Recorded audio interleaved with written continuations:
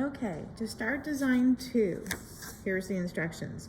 You are to arrange 4 rectangles and 1 square.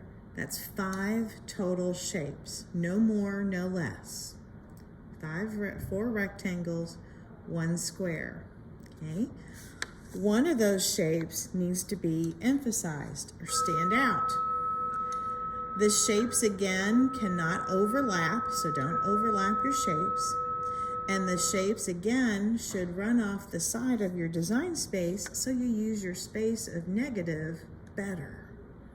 No one can use the center as emphasis. Remember, we're looking at placing your emphasis on one of these hot spots, and then we will color all the shapes in with Sharpie when we're done. So this again is another way that we're going to kind of play with emphasis in a creative way, but without color still.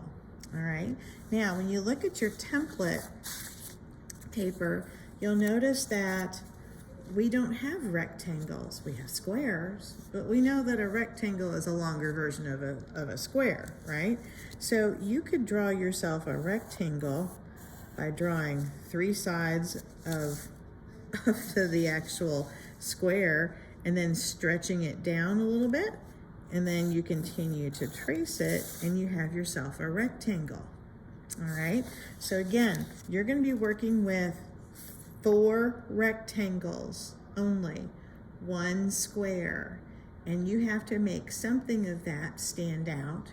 You also have to make the objects big enough to take up a lot of space. Remember, we want to take up about 70% of this whole space with mostly the shapes. So size is going to be helpful.